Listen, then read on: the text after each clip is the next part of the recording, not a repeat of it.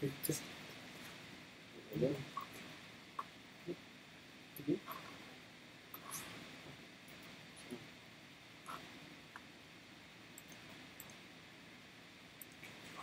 and a very good afternoon to all the viewers and listeners of the World Youth Chess Championships held here in Durban, South Africa, at the ICC Centre for 2014. We are joined here with the magnificent GM Alexander Ipatov. Very good afternoon or evening, depends on what time zone people are in, or morning.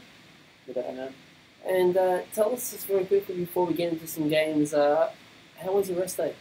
Well, I woke up at 5:30 in the morning. We went to safari. So you did a safari? Tell us more about So the it wasn't safari. like a free day, as I woke up much earlier than I usually do in the games. Yes, of course. Yeah. And on the safari, I believe there was a lot of animals and giraffes. An elephant, but we saw any kind of animal except lion and leopard. No lions. Damn. Yeah. This would have been very good to actually see. So, but onto the chess side of things. After the rest day, I think everyone is recovered, ready to go for round number 7. We did say at the end of the broadcast for round 6 that we thought there could be 2 losses. Well, one you predicted one draw, which I have to put down on the loser's hat there. In the under 8 scores. Under 8, okay. It was a clear-cut draw in the end. I have to say, but the other game was the Aravind Also draw. Yeah. draw, which was quite surprising. We actually predicted it would have been. Well, I been a thought loss. Black had chances. I Yes. said in that endgame, they should have been shooting. They should have gone down. Yeah, It was very clear that Black has good chances to make the draw. yeah. He took his chances. So that's it. And it was quite surprising actually to see that it ended up as a draw. We thought, I thought maybe it might have been a bit more trickier and not so clear cut. And obviously, that's why these guys are IMs, and I am that lovely title called PM, not Prime Minister. So we might just get into the game of. Maybe Aravind will start because I came over to watch and he had a very interesting position. Yeah, so we Maybe might. let's under 16 section. We might just go into the 16. under 16 section. While we're getting the game up, we might just have a look at sort of the leaders and who is in still contention of giving grief to our leader, Aravind Chittambaram, the guy from India, the international master, who has already got his 3 norms for Grandmaster title, and he will have the live rating as well. He's actually gaining from this tournament, just for our viewers and listeners at home.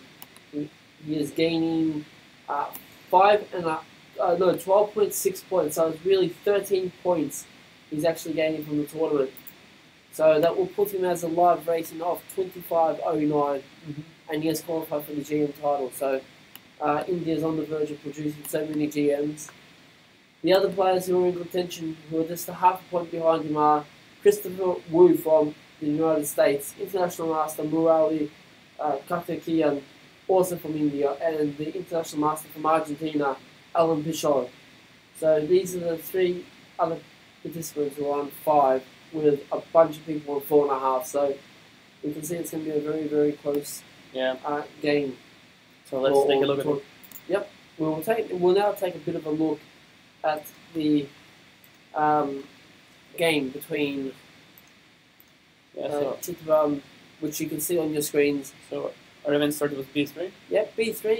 It's actually, to be honest, this is quite common for him to play. I think he played this 2 or 3 times. Yeah, I thought he played this tournament as well. Yes. He actually played a few times in the Commonwealth Champs in under 16s. Okay, in that tournament, under 16s wasn't the most strongest of tournaments, but prestige of being under 16 Commonwealth champion is quite a lot, especially in India, where sponsorship deals are on the way out. Those are always coming in and flowing through.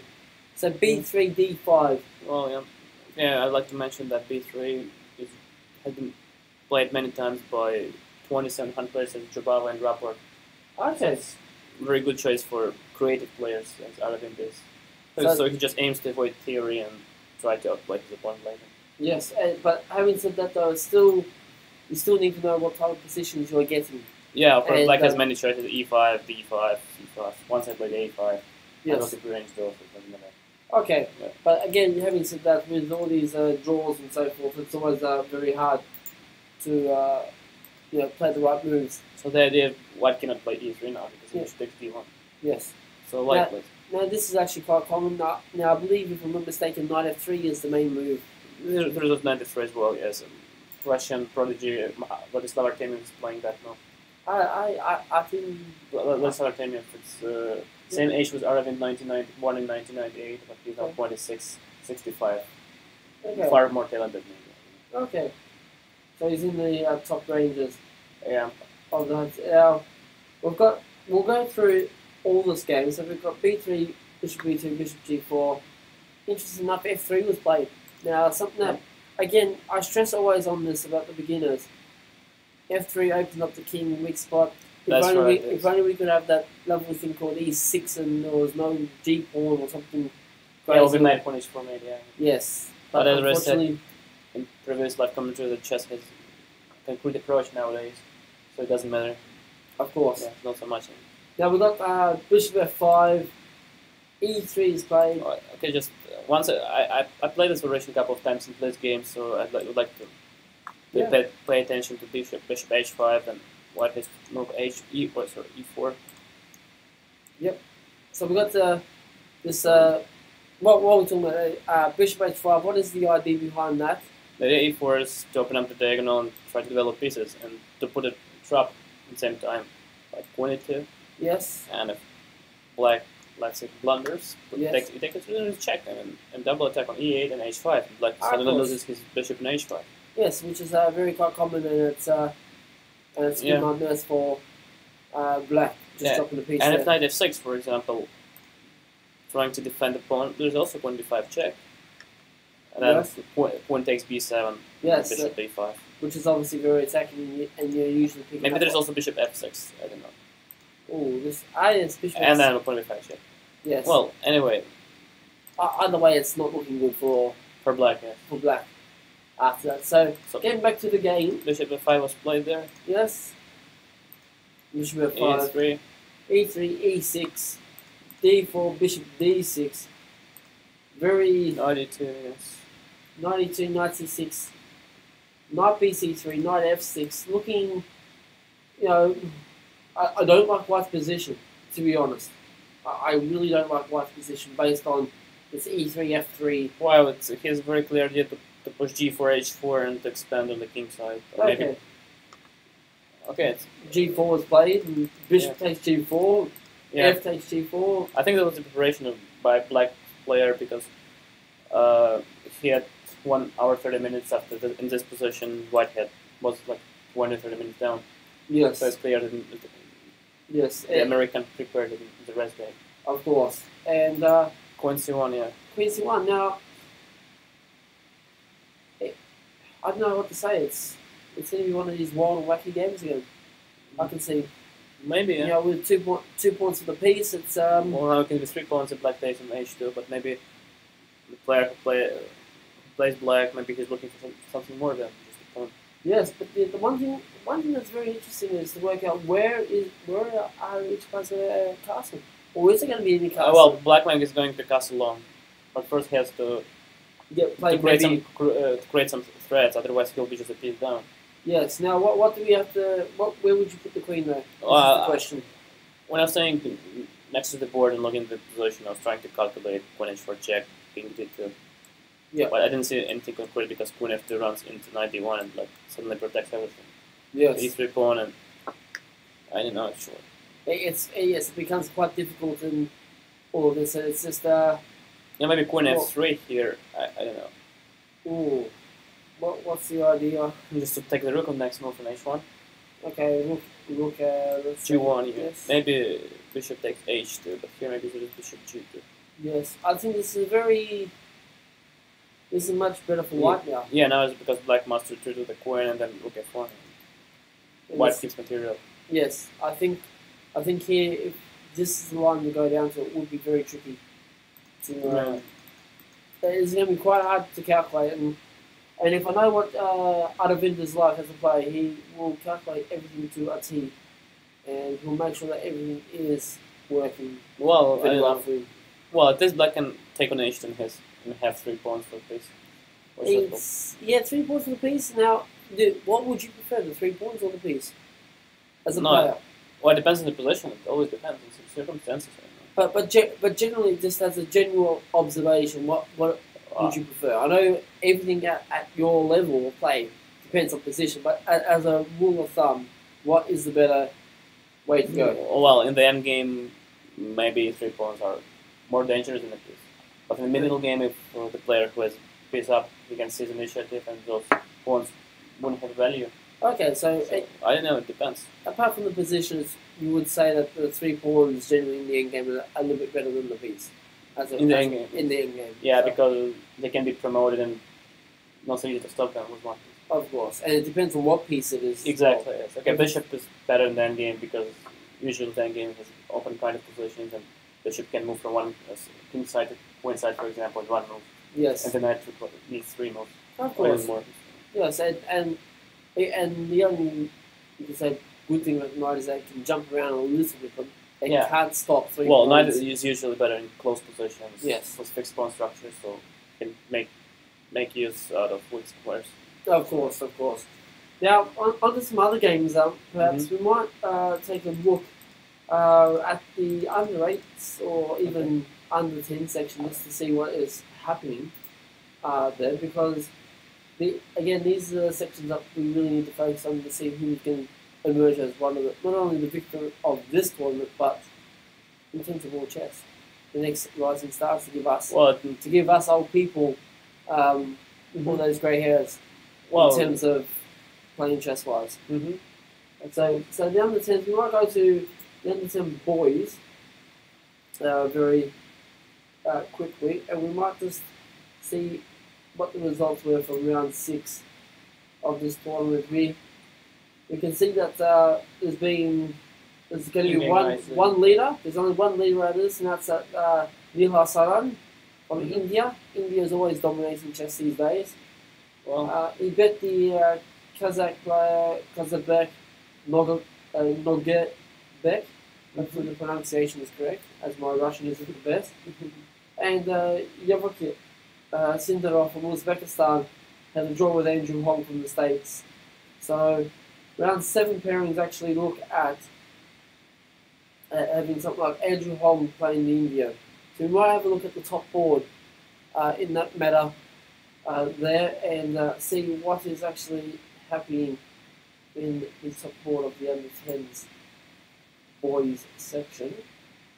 While that is coming up onto our lovely screens, we will just have a look at the position on the official website, which is 2014 wycc.co.za, where you can find all the live coverage of the top of all the boards that are shown on the VGTs, plus the live commentary as well.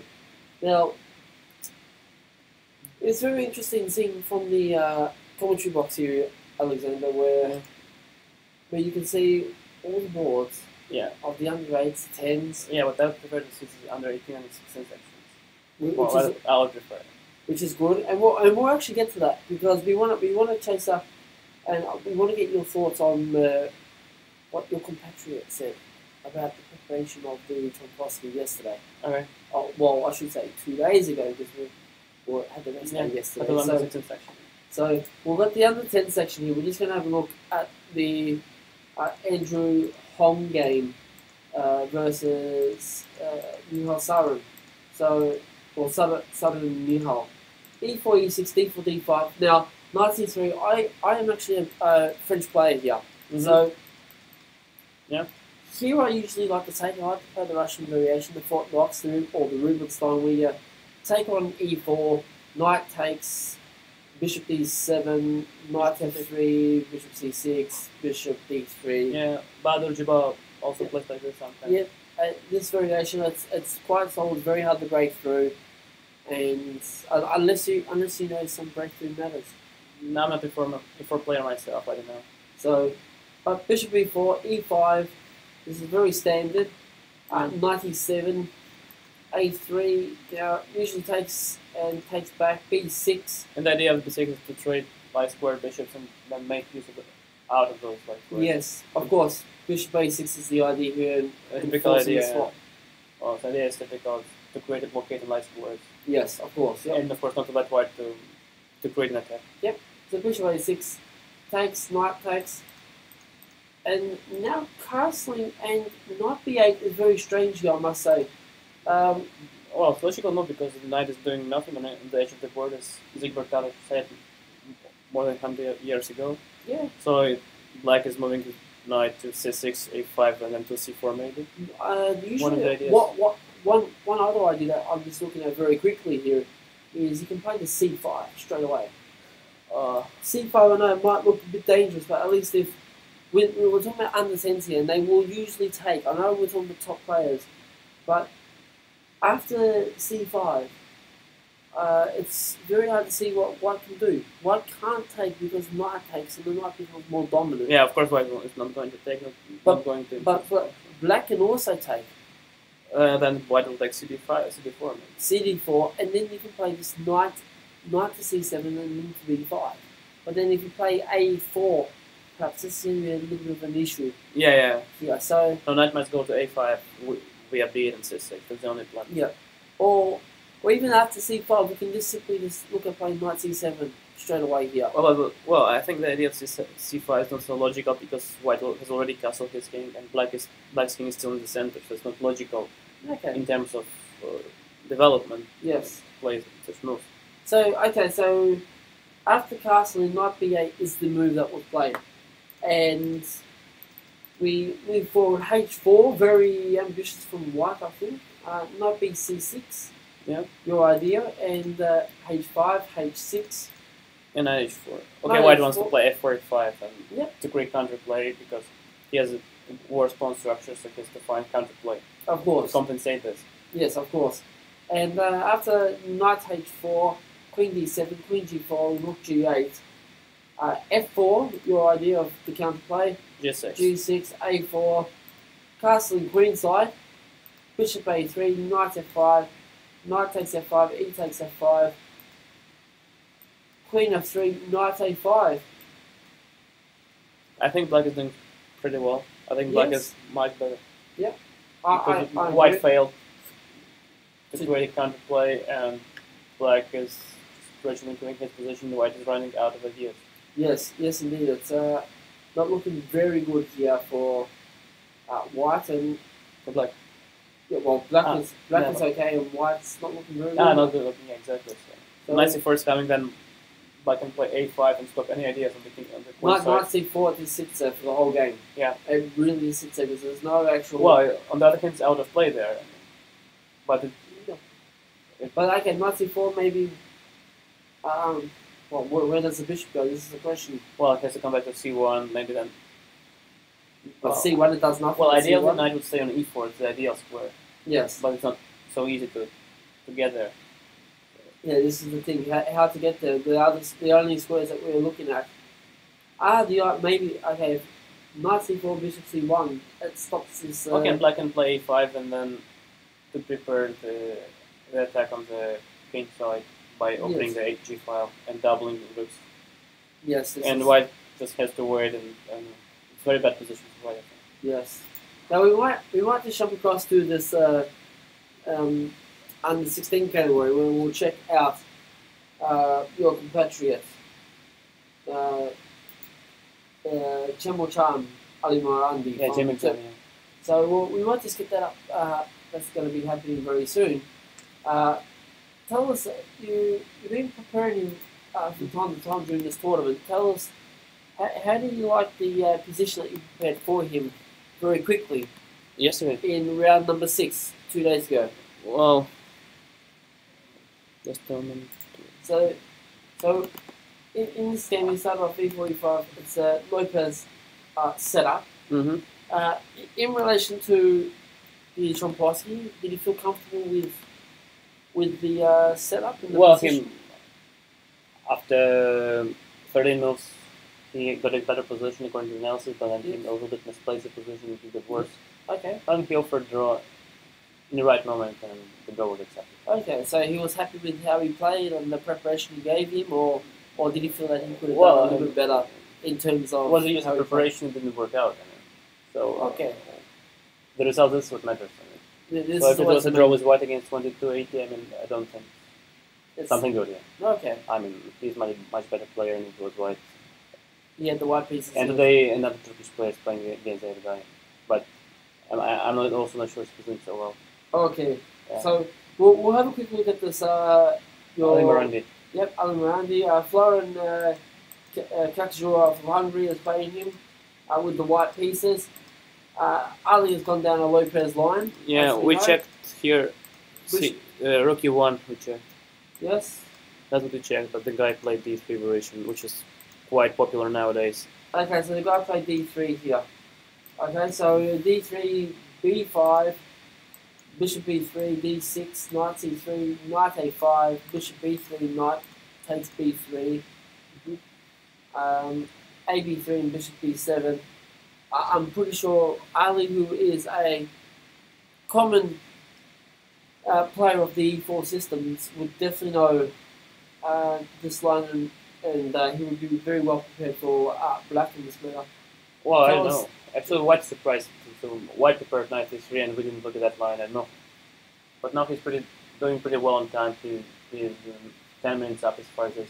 Yeah, 52 minutes to the black players and 42 minutes for white. Tell us this position just from how you see it. I know you're not an E4 player, but how do you see this after 10 moves? Okay, Black has a bishop pair, well, and he has a weak pawn in A6.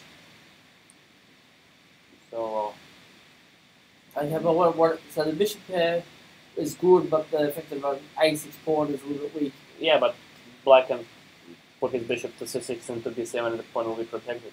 Okay. Yeah. And what about for white? What do you see for white? Is there anything special for white? Or, okay, he's got the two knights, but okay. I think White played. I don't know. Not so good, or Yeah, exactly. okay.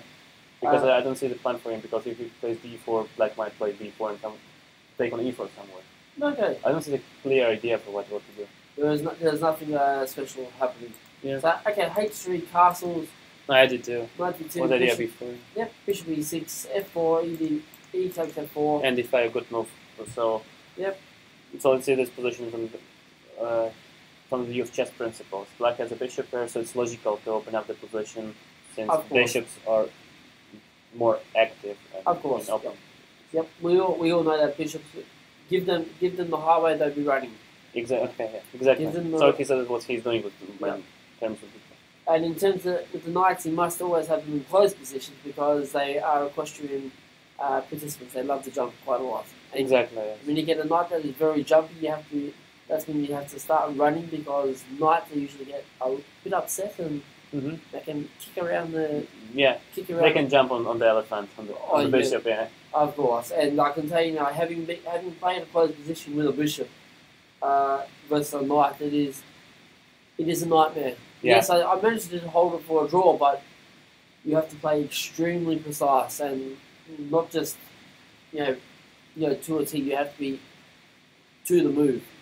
Like you have to Well, always dot the depends on I's, cross the circumstances. T's, and make sure the X's are crossed and put the two dots above the U in Turkey. It's or Turkey. Yeah, you have to have everything Under control. under control. Yeah.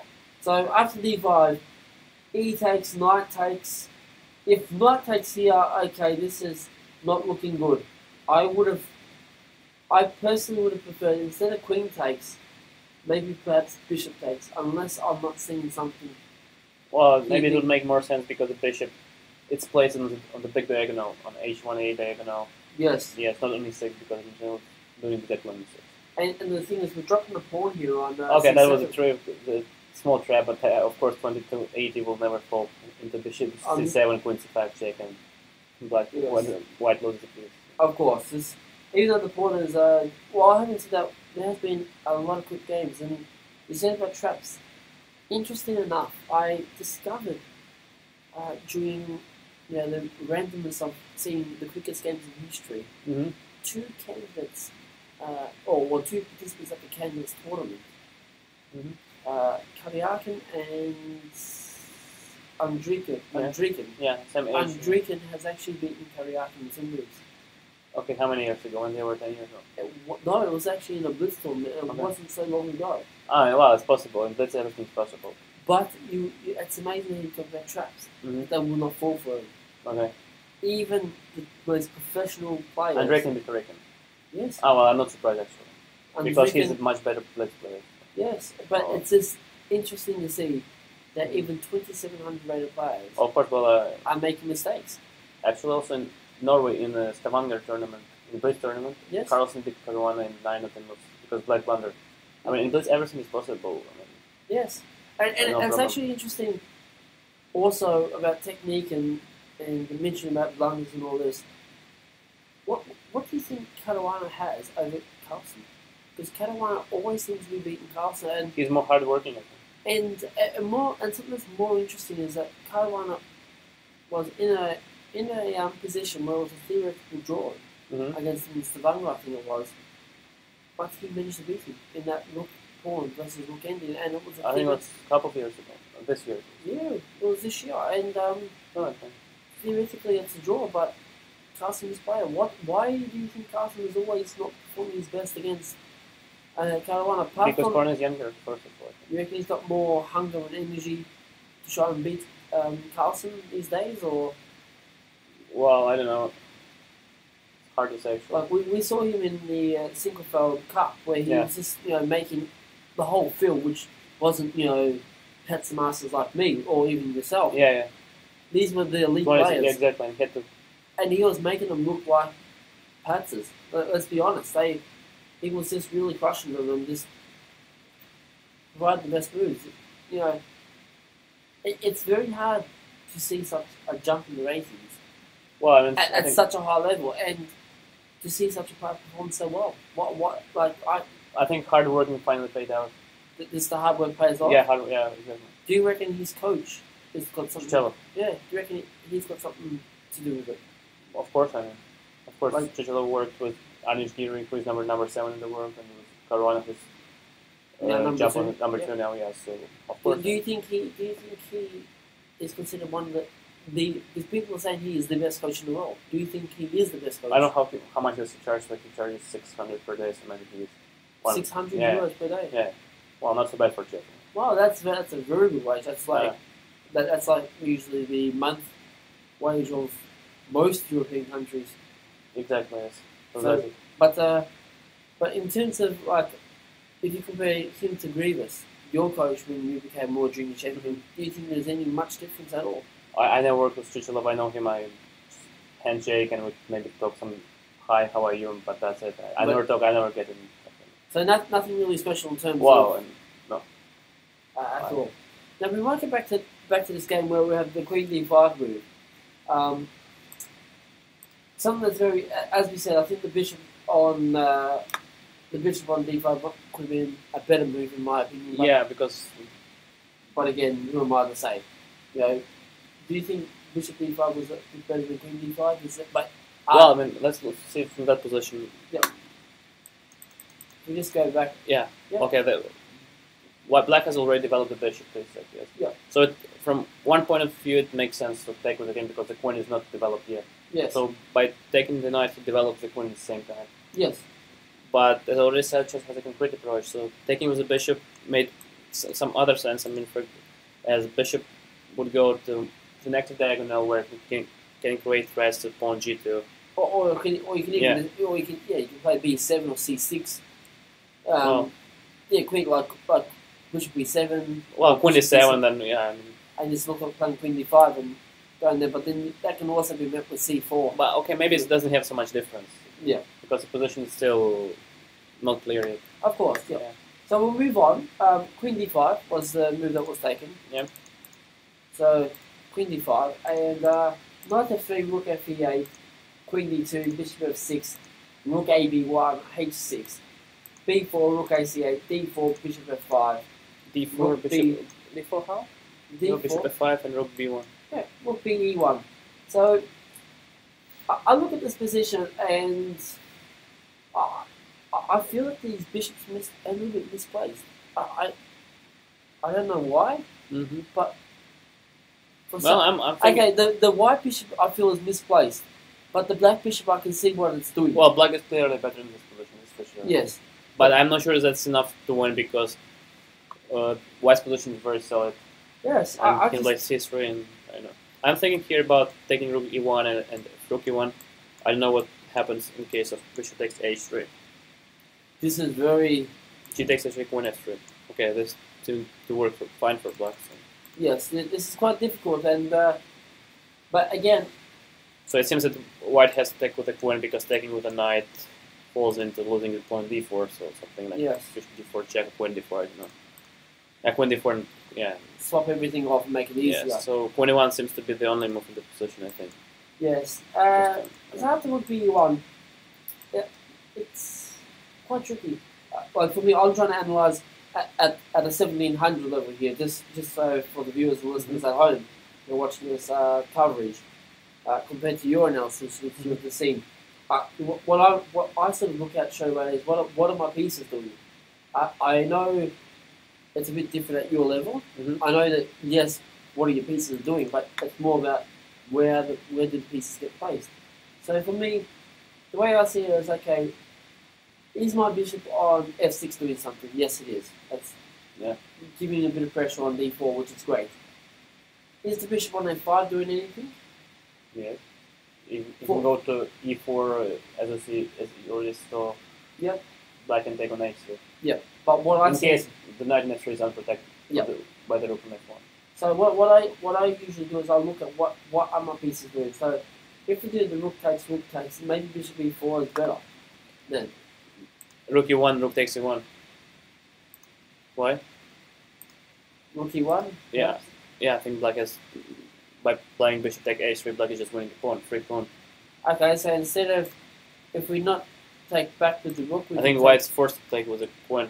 So if we take with the queen here, I think then black can win a pawn by playing bishop take d4, check, take, queen d4. But still, white's maybe objective is a draw, but black can play for a very long time to try to win. I think I would feel, to be honest, I feel much more comfortable with black. Okay. In this pawn position. up, of course. It's pawn up, first of all. No, but even so, even without the pawn up. Well, if black managed to move the bishop to b7 and create some threats on the big diagonal, black will improve his position. But not so easy to do. But the other thing that's going very good in black's favour is the fact that white's got two double pawns on b2 and b4. This is well, it doesn't matter, I think. Okay, if one manages to consolidate by playing c3 and bringing the bishop to d4, let's say c3, bishop e5, bishop d4, and then rook f2, I think it'll be a draw. But I would say that the Turkish player will fight on and go for a win. Yeah. Well, of course. So we might just quickly go and have a look at some of the under 16 games. Two players who I have happened to follow their progress in recent years. Not under 16 girls. This is the under 16 girls we want. We want to have a look at the top board here, which is Cecil Hossonot from France versus Stavroula Solakidou. I do apologise for the pronunciation. I know Greek pronunciation is quite hard. I know I can say a big yes to all the viewers out there. I know that there might be a few juniors who I was an arbiter for at the Mediterranean addicts who might be watching this and saying, here is this strict arbiter being so strict, telling us all to be quiet, but in the end they would love me because of the parents.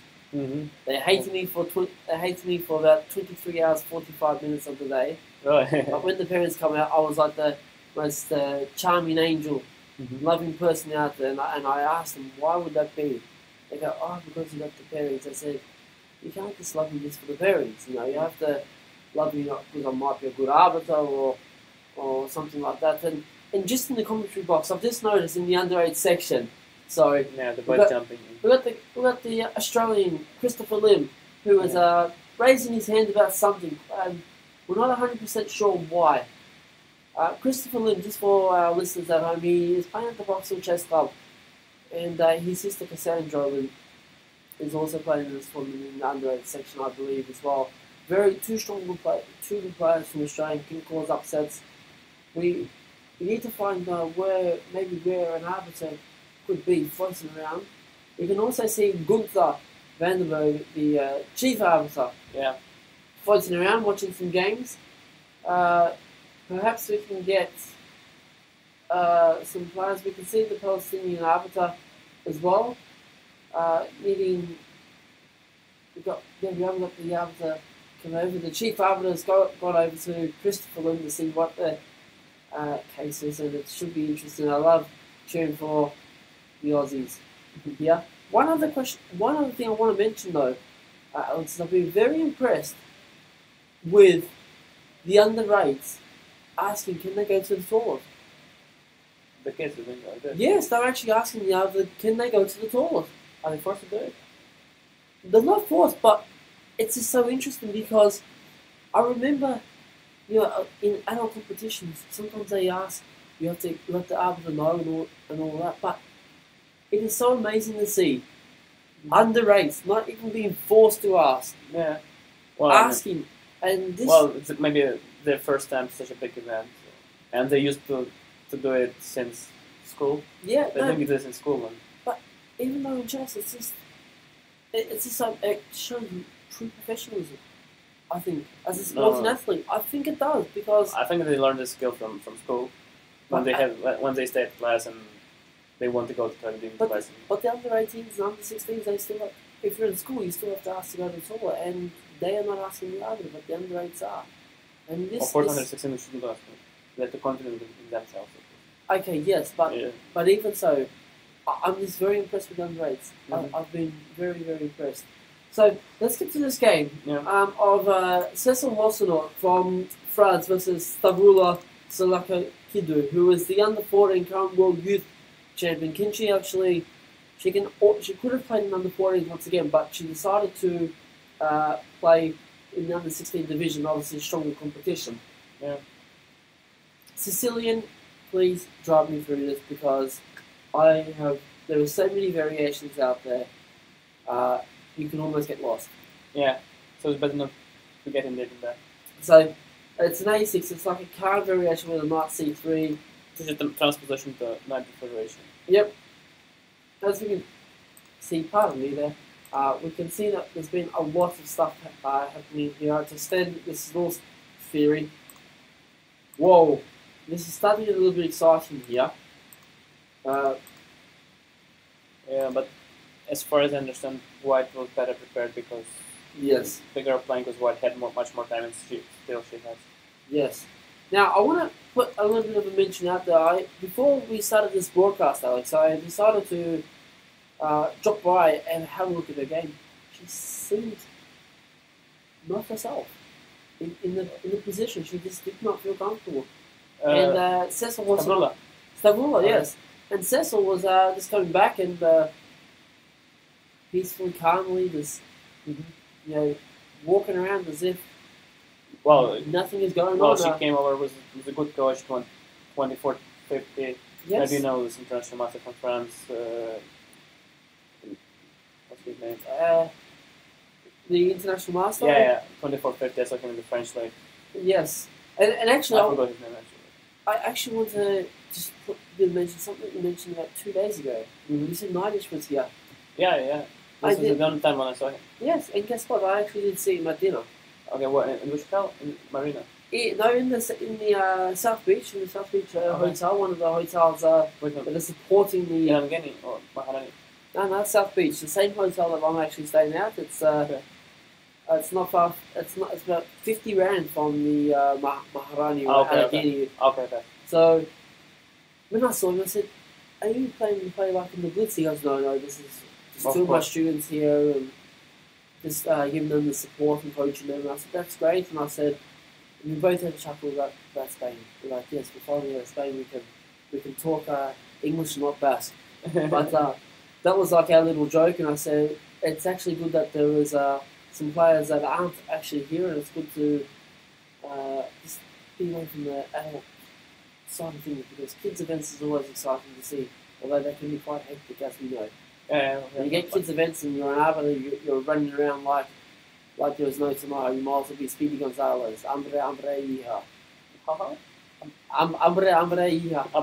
Okay. My terrible Spanish of Speedy Gonzalez. But it's interesting to see Cecil.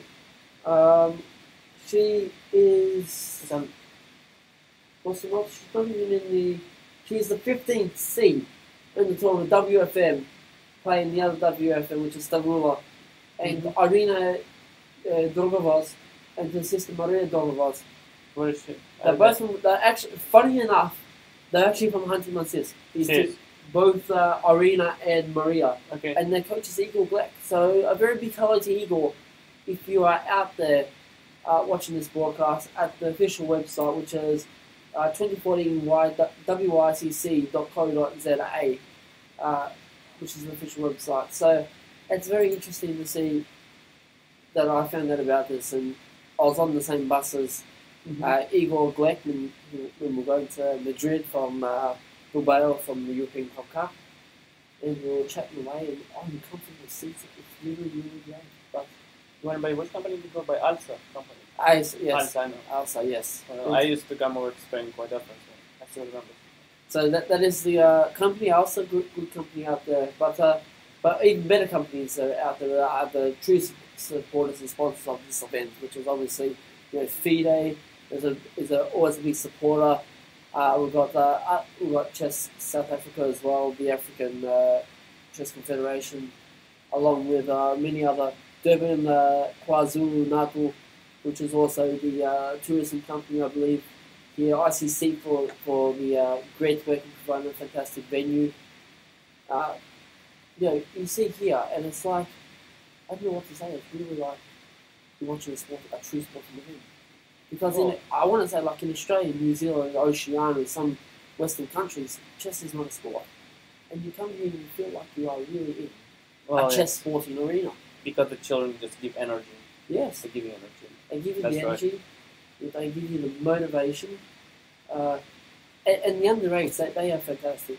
Underage, the 10s, the 12s. Actually, I never had a chance to come over there. It was You should see some of the because games. there were no Turkish guys playing there. No, which is very sad. I noticed that there's one Israeli guy, and we know we don't want to go in political. We know the conflict between the Middle Eastern countries and Israel. They're not allowed to play each other, and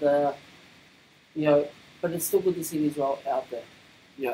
Irrespective of all the political things, and it's good to see so many countries being represented out to World Youth. Obviously, it didn't beat the record back in Lane. Yeah. Where that was again 1800. fantastic. How many players played there? Close to 1800. We might actually get the confirmation from Medard. It was around about 1800, I believe. He's just giving us a nod. I know you can't see him on the camera, but he's doing all the technical side of things behind the scenes and making sure everything is working to our team. Yeah, so it was 1800 last World Youth, and that was really, really great. The only thing was, it was so funny seeing that the locals were freezing at 25 degrees, and yet here I am walking in shorts and really sweating. So for me, that was much more. No, that was much more fun, definitely. It was Because great. there was a couple of soccer fields to play. Here there's no soccer fields. I'm really getting bored tonight.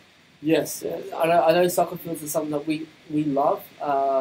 Although I should say football fields, not soccer. Yeah. That's football right across the world, unless you're from the United States or Australia, where we classify it as soccer because we don't know that it should be football. And football is considered AFL in Australia and NFL in America.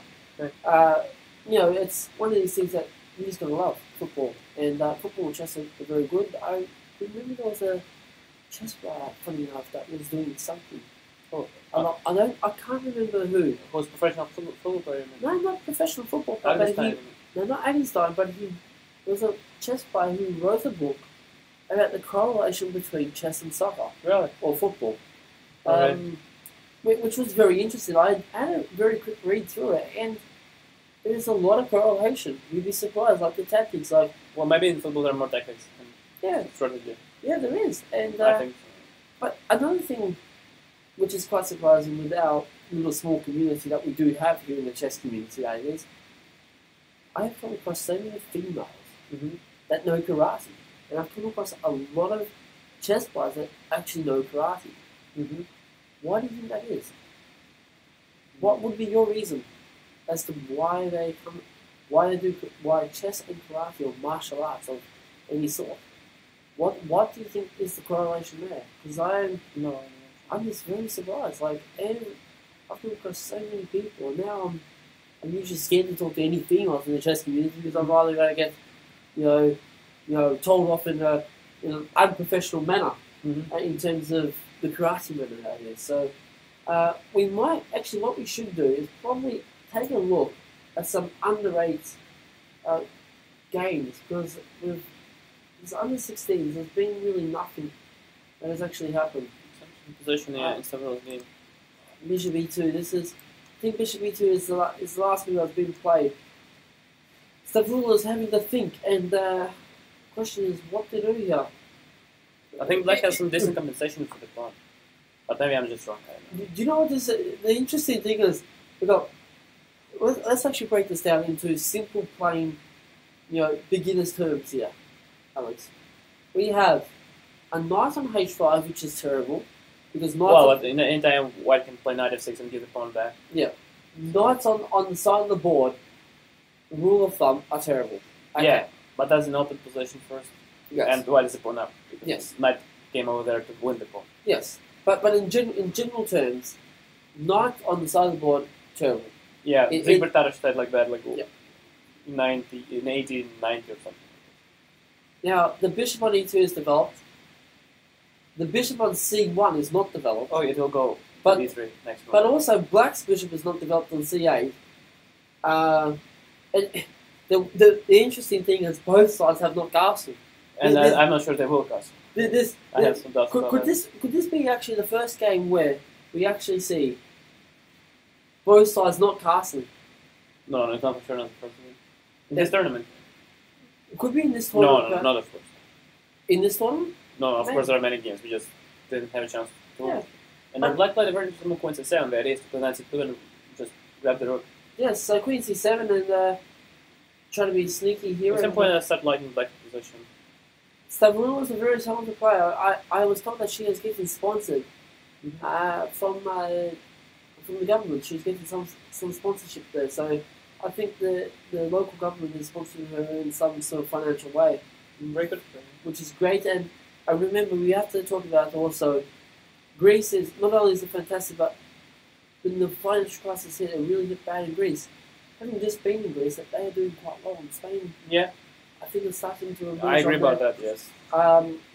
Here is actually just really fantastic. It's good to see people from countries where they have been affected out of their control doing so well.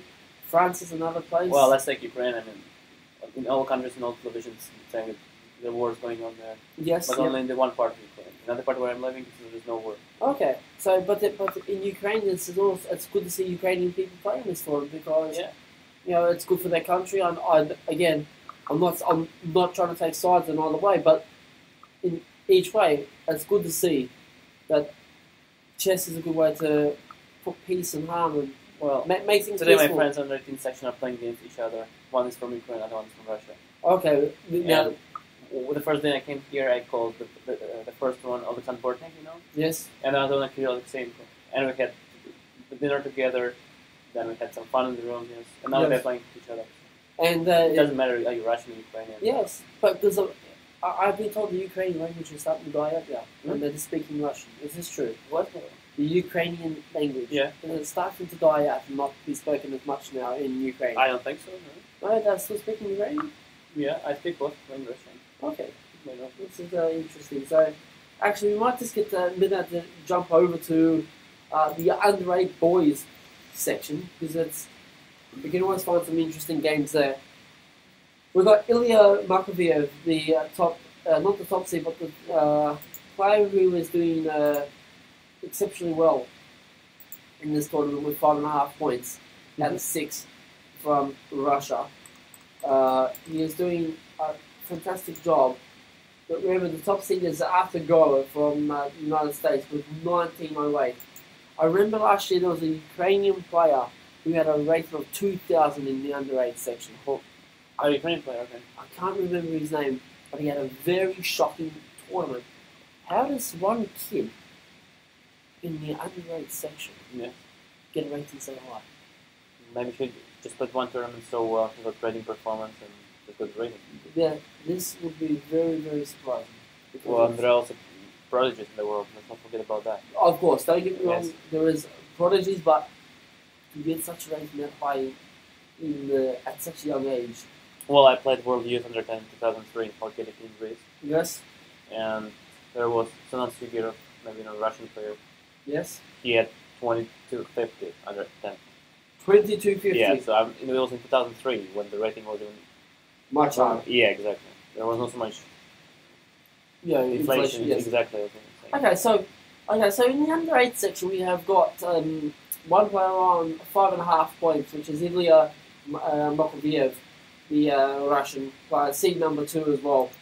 He's playing Troku Rohan, the United States 52 seed unrated player, who's on 5 points, and he's also joined with 3 other players. Leon Luke Bedonka from India, which is a very strange, let's say name. It sounds more Spanish or something along those lines. Damaraju Gukesh from India, and Yesituma Tugstuma from Mongolia, the Kendrick Master. This is going to go down to the wire, I think, in the rates. And I remember last year seeing the eventual winner who got the Fisher score, 11 out of 11. Those who don't know what a Fisher score is, it's a perfect score right through. He won the American Championship. Yes, he won an American Championship, and we all know In that. 1963. Yes, I believe it was 1963. Yeah, and he was the last game against Saidi in the end game. Yes, Bishop against Saidi. yes. A famous one. Always the famous games come to mind. In round number 10 of LA World Youth 2013, I kid you not, it was really depressing to see. With Andrew Martin, we all tried to commentate on how a player can continue on playing down a whole piece for nothing. Under A section. Under 8. Okay. Now, I know I should be saying that under 8s, they can blunder pieces and all the rest of it, but as a rule of thumb, if you're a piece down, you generally resign. Unless you have some counterplay for it. No. Children play until May. Okay. If I was to play you, and I was, say, 2 pawns down, and I had no compensation for it, the respect would be Exactly. resign. It only happened in the Ukrainian Team Championship. Really? Yeah, well, I played 2 years ago against one guy, 20-50. He got the pawns down. He didn't resign. This is and I asked him why didn't he resign. Really? Yeah, it was fun. And what did he actually say? He went on playing, but okay. Okay, this is not really so good, but okay, what to do? So Yeah. I think we got this position up of the top seed here, or not the top seed, but the top game. Let's just go through this because it's these undergrades now are starting to play. These theoretical lines. D4. Now you're a D4 player, so which is actually good to see a D4 line. Opening. Catalan, yes. We can see everything happening. Well, basics, I don't think so, but no. Which one? Basics. Well, castle is more common. Most castle D64. Okay, yep. Knight BD7, 95, castling, CD5, Knight D5. Yep, so Knight ED5, Knight D3, A5, Bishop F4, Knight F6, Rook C1, Bishop D6, Knight E5, Knight H5, Bishop D2, Knight F6, Bishop G5. Is this a typical position? This one? Yes. Yes, it's very common for this pawn structure. Yes. White tries to seize initiative on the queen side, especially on c-file. Yes. Create pressure on c7 pawn or on c6 square. Yep. And I think white is just better in the position. And the idea is very simple. Just take an f6 and in case of queen f6 is 97 and Okay. win exchange. How do you think black has played? I don't know. It's still not rook e8. I don't know. No, but so far, how has black played? In your opinion? Why not? Like from the way you have seen black play, do you think he's played quite well or Not really. not really? Because he has no counterplay for the weakness in the king side. Or Okay. the good side. Okay. Okay, but maybe white has a slight advantage. I don't know. Okay. Really goodness.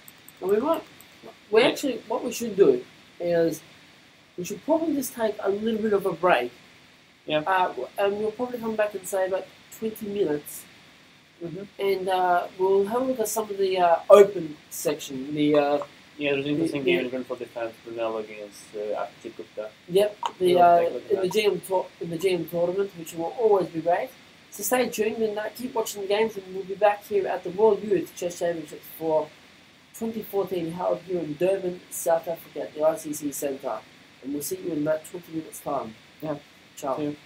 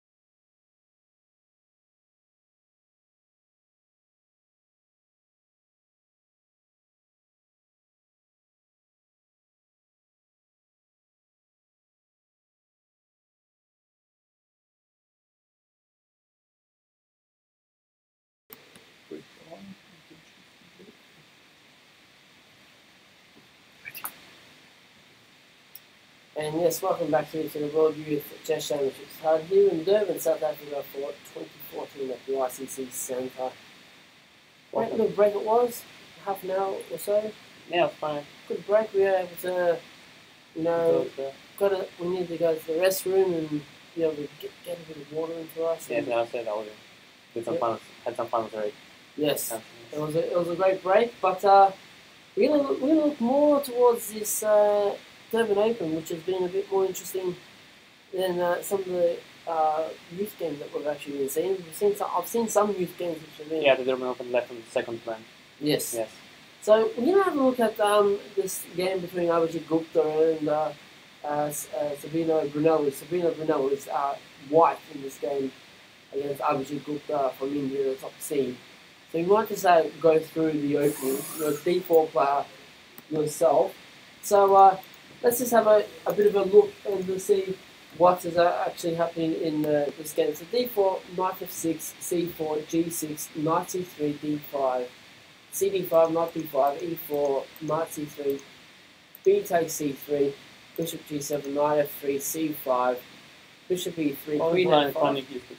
This was the line? Yeah, yeah.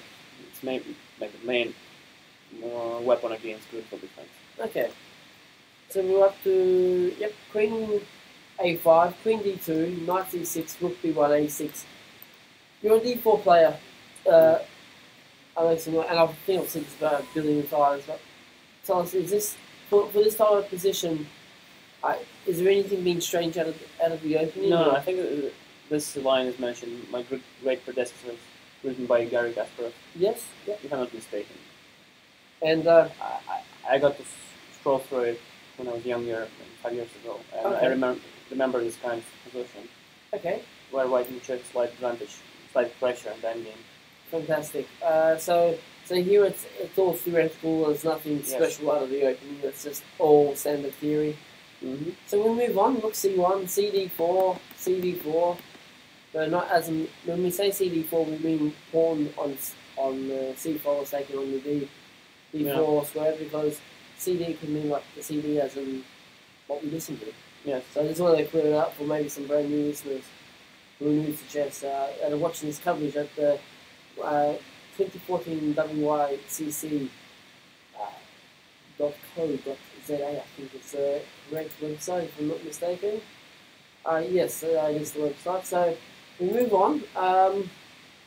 So Queen D2, King takes E6, D5, E takes D5, ED5, Knight E5, Knight E5, Bishop E5, G3, and castling. This is obviously all still the standard type of setup.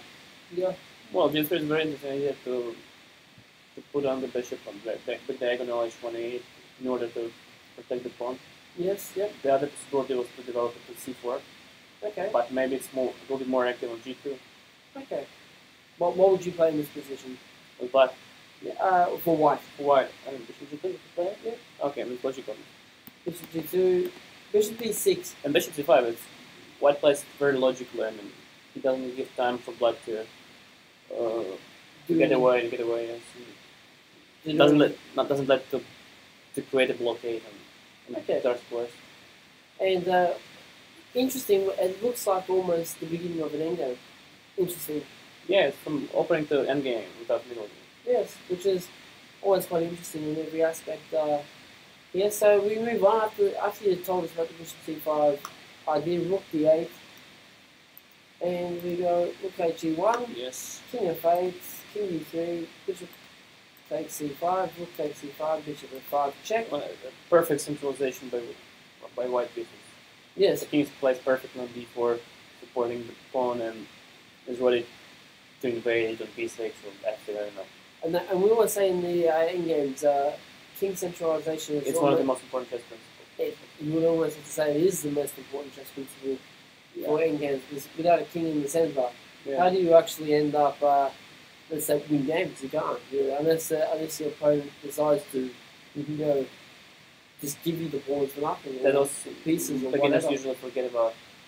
They try to win with pieces, but without king's assistance. Yeah, of course. It's important. Often it doesn't work. Yeah, it's important always to have the king assistance here.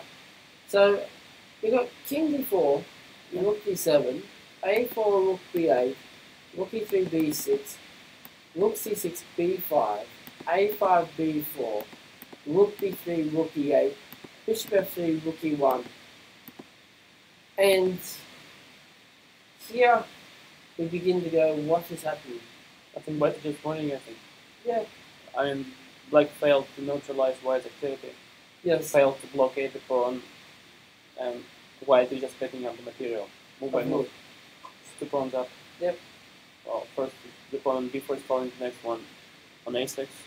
Of course, yep, definitely. So rook takes b4, bishop e6, king c5, bishop h3, rook takes a6, rook c1, king d4, rook c2, rook a4, rook takes f2, so king e3, and here becomes the fatal blow for Gupta, the top seed in the tournament, where he plays the terrible rook b2. For the listeners at home, we have actually got engines in front of us, so that's why we can sort of say why it's a better move than our own analysis, or I should say Alex's analysis, because my analysis isn't the best. Okay, but with computer agents, my analysis is not bad. Yes. Yeah. According to the computer analysis, but in terms of human analysis, it was better than mine for sure. Well, guaranteed. If it isn't, I will be very surprised. I'll tell you that now, and for the viewers out there, I'll be very surprised. So yeah, rook b2 is the worst move out rook there. b6 is possible, the computer said. And then just pawn go. Yep, and what's actually ended up happening here is computer's giving about 3. Yeah, I'm just wondering, computer gives 3. rook b6, I think. What happens if take rook b7? I think you just check, and black's king is not able to go to e7 because of rook a7, and white wins by trading rooks, so it must go to g7. Yes. And here there should be some other one. I think it's even. I know. Can you not just play?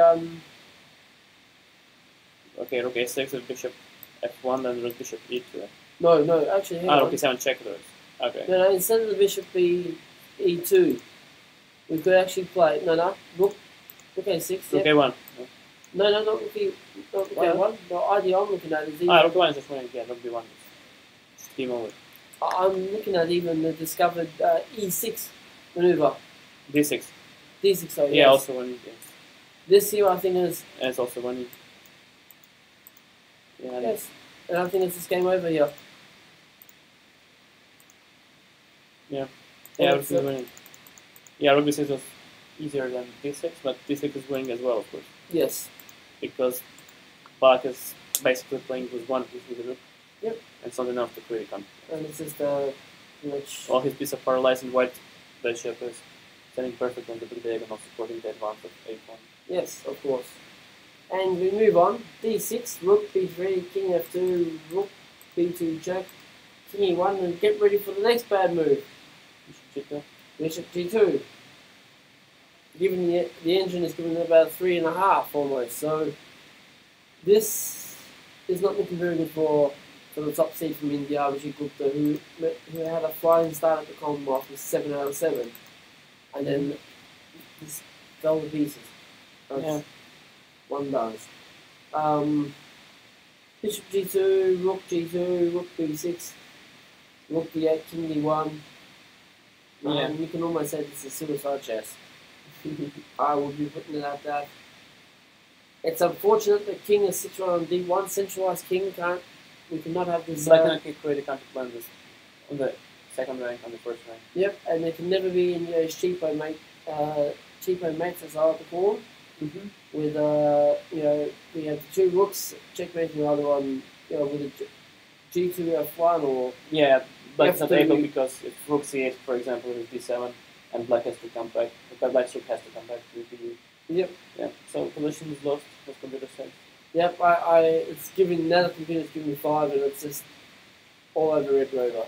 That's right. That's an Aussie saying there, all over Red Rover, and I don't think that Sabina will let it go. If Sabina lets go of this, there is something drastically wrong. Yeah. If this even ends up in the draw, Well, I'm a match surprised because he has 25 minutes. Yeah, 25 minutes. But average's got 50 minutes. 50 or 50. okay, so he plays very fast. But 50 minutes in the last position, Well, yeah. Also, White plays very easy. Just push pawns a6, a7. Yep. Yeah. I know. It's game over. Yeah, I think it's very fair to say it's game over. We might just have another look at some other games that are floating around in our top section. We can give you some results. Hernandez from Mexico has drawn with Maruca Sandro from Argentina. That was a quick draw of 26 moves. Eric Hansen and Axel Lombardini, the guy who's actually Axel Lombardini has played the famous guy from Bulgaria. Unfortunately, he's not allowed to play any more chess. Ivanov. Yeah. Yep, Borislav, he's played the famous guy. And Ivanov, yeah. he actually gave his analysis and thoughts on the player himself and the big feature on Chess Base, if I'm not mistaken. The report. Yes, Yeah, I know. Which was quite interesting. And so, yes, they had a draw in 25 minutes, another GM draw, which is nothing surprising. Now we got in the other game, we've still got a few more games still going on, but interesting, Ryan Pierre Van Rensburg has lost Evgeny Solozhenkin from Russia in 55 moves, and also Liu Vien from Vietnam has defeated Steven Skosana from So we can look top games because. Yes, and it's also interesting just to see who else has actually had any wins. There hasn't been any major upsets here, so we may just jump across maybe to the under 18 section. Under 18, okay. Under 18. Yeah, let's see the second board because the first one ended in draw. Yes, and then the Grandmaster draw, which is always always the good way to go. Under 18 open, we'll go to. Open, yeah. Yep, for sure. And we're looking at. Yep. We might check from Chess Bomb, but we can also have a look here. We're just gonna get up the analysis on the Chess Bomb for our viewers and listeners at home. We're gonna just chessbomb.com. There's live analysis of the championships, and we're gonna look at under 18 open. Alexander against Borton. Yes, which is still going. Very top position. Giving an evaluation of 1.5 to your compatriot. Yep. Well, it depends on what you call compatriot, because you are representing Turkey. Yeah. Well, I mean, and you are Ukrainian. So well, I know him since he was 6 years old when he was walking under the table. Okay. Yeah. So the question is he your compatriot or not? Because you are Ukrainian, but you represent Turkey. So is he a compatriot of yours in terms of chess-wise? I think he can be called compatriot. Yes. Yes. Okay. From the same country, yes. But more importantly, he's not compatriot, but he's my friend. Okay. Okay, the guy who played with you is also my friend. Yes. So we got the lovely rival of Russia versus Ukraine. Yeah. Kirill Alexenkov, who's an FM, playing the IM of Alexander Bortnik. Yeah, Bortnik. Position looks okay, but it's very difficult to defend with White, but maybe he'll manage to do it. Yes, this will be very hard. What to play here? Maybe look before. And this is a very interesting. Okay. What's specific about that position that White cannot move his rook from the first rank because Black will promote his pawn? Yes. So White has to keep his rook on the first rank, and Black can try to maneuver to improve the position of his pieces. Maybe the bishop comes back to d5 and the king goes to e8 somewhere, and the rook d7 will be one. We can always look at. We should have perhaps played rook check. Does rook d7? No, rook d7, king c3. I mean, this is what maybe Black has to avoid to let White's king to come closer. Yes, but what I'm thinking of is something like rook d7. Yeah. If king c3, we can just play rook d1. Rook f7 check, and White wins. Well, yes. King g8, rook f8 check, king c7, rook 1 f7 mate. Yes, and this is why I am the PM and you're the GM. Prime Very Minister. quickly.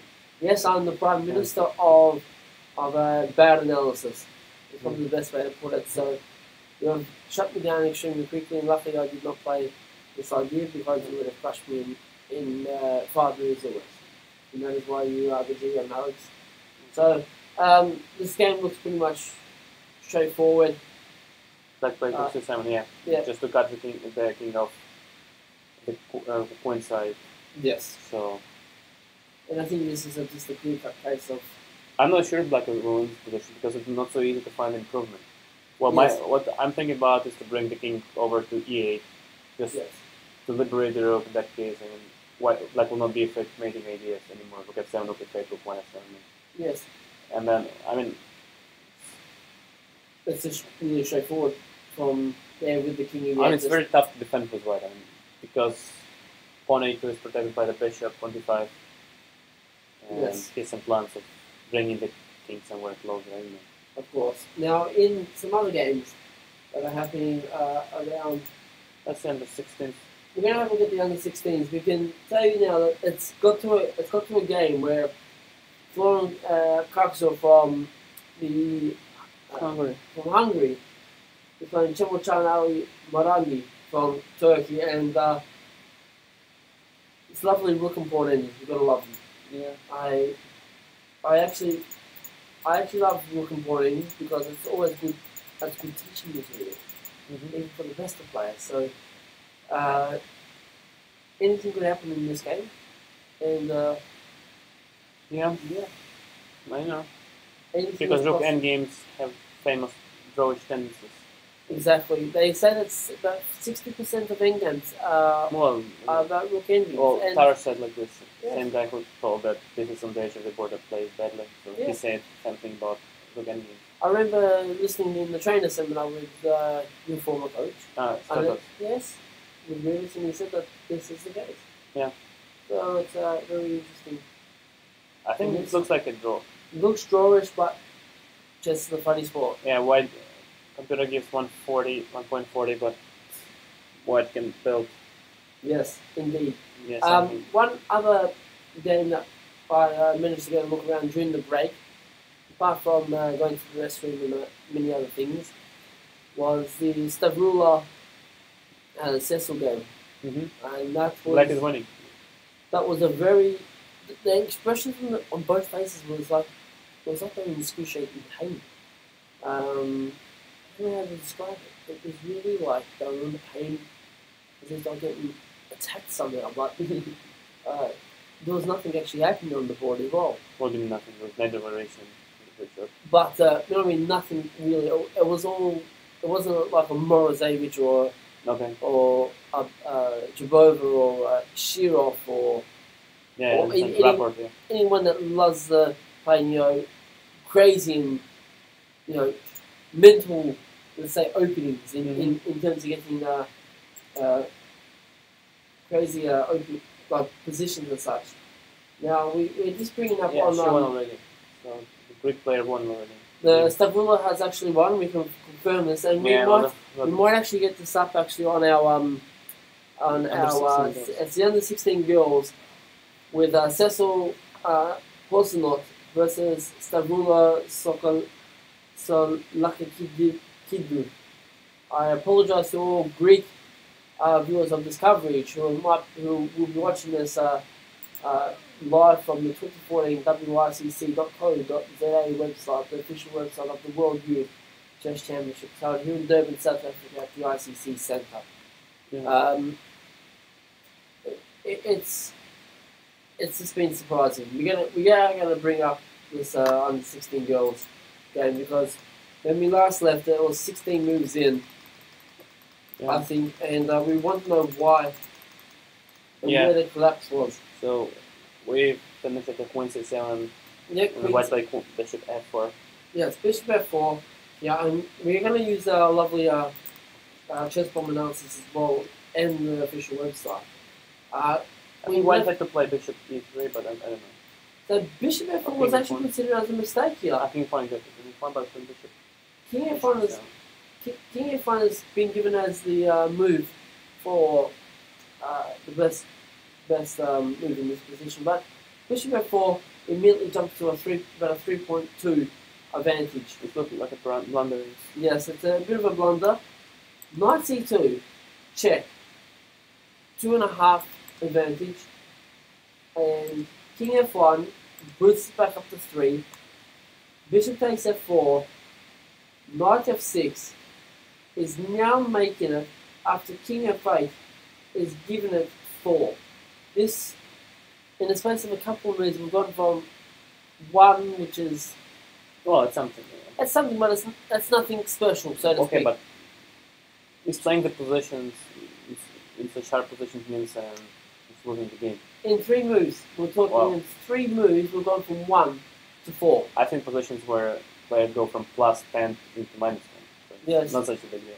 But it's just interesting, in the space of 3 moves, it's gone up by 3.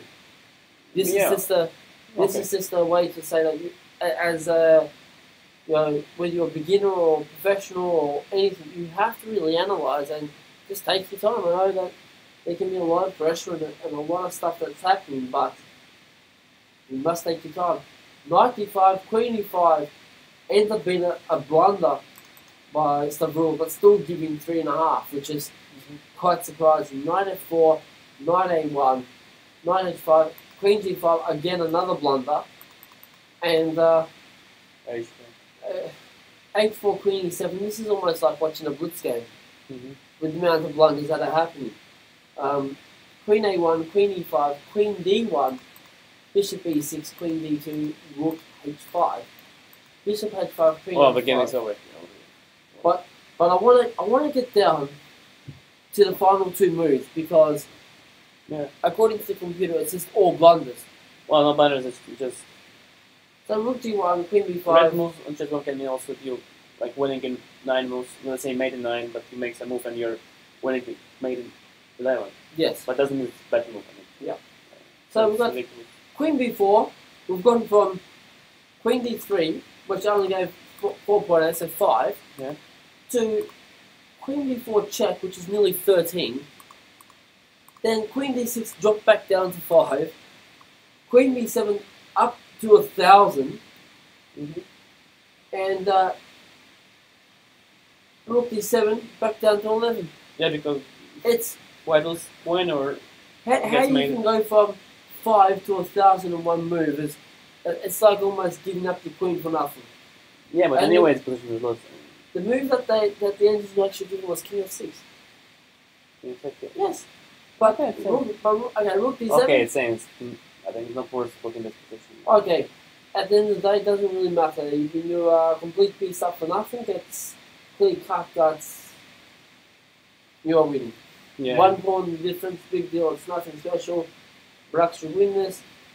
After rook d7, there's no more checks, and we can look at Under, I know. I'm looking at immediately queen d2, picking queen d2, king f1, bishop c4. It's very much goodbye nurse, because then you can just play. Then you got the threat of e3 immediately, and this is just really looking at adios amigos. Yeah. Well, I think it deserves going for black. Yes. Yeah. Even if we after black, what does white do? White must play. I don't know where white can play. White can. It's almost impossible to say where does white play. Where if you don't want to resign, you want to play on and look like a little bit of a goose. Where do you play? Where does the wing go? This is the ultimate question. Do you take back on e4 and then play queen d2 and Queen d2? Where? you just play say if you play, let's say queen takes e4. Here. Yeah. Queen takes e4, queen d2, It's queen king d1 f1. Even better still. Yes. I mean, that's what I'm saying. White forced to take on this side. Yes. That's game over. Yeah, it's Much. what I'm talking. So that is a very big win for Stavroula against Cesar Hossano, who is actually one of the most up-and-coming players in France. Mm-hmm. She is going to be. You can see that she will make the. I predict in about 4 years' time she'll be looking at that selection if she sticks to it. Shit. No way. Cecil? The coach of French national team is my teammate in French League, Mathieu Cornet, Yes. and he has enough players. I mean, decent players, more decent players. I think for next time, how many years? Yes, I think. I'm saying that personally with a rating No, at 2011, she can definitely maybe improve. in 2018, maybe she can play 15. 4 years time. They have Marisa, then who is playing? Maybe Skripchenko. Mathilde Conguio. Yes. Okay, Skripchenko is playing. Then Sophie Millet. Then also Nina Maiserati can play. Yes. And there are many others. But if she sticks out there, she'll be looking on selection laws, and there's no reason why she could not make her. Yeah, she can make it. Yes. As a hit more than that. Other games, interesting. Maya Nava, I believe, if I'm not mistaken, she got the WIM title. If I'm not mistaken, at the recent Olympiad. Unless Medad can provide some other excellent information to me, I believe she ended up getting, according to Cecile? No, not Cecile, but Maya from Estonia, who performed fantastically well in Bet Stavroula last in year. Well, which Olympiad? In Tromsø, I believe she got the norm, not norm, but maybe even the title. Looking at the chess results very quickly while I'm typing this in, Maya actually bet, or won against, I should say, Stavroula last year in the under 14 section. So she actually defeated the top player in the tournament, and Stavroula still won the tournament, which is quite rare. So we're looking at the Olympiad, women's section, 41st Olympiad, Tromsø. I'm on the lovely thing called chess results. So we're looking at what is happening. IMG and norms. We have a look. And new title. We look at Maya Nava from Estonia. Yeah. There we are, Maya Nava. She ends up getting the WIM title. Yeah. Another person who we need to actually mention, who had been following progress results for, is the Swiss girl, Monica Seps. Now WGM. Finally a good result for her. She's up there. And we also should mention Stavroula is also a WIM. She got the WIM title in Olympia, which is great. So some of these players who are playing in this tournament are really WIMs. They just haven't been approved fully. So let's just have a look at the other women that are playing. No, I don't think so. No one at all. Sure. Dinara started. The other one. Yeah, so you got Dinara Sadokasova from Kazakhstan is actually a men's IM, which is great to see.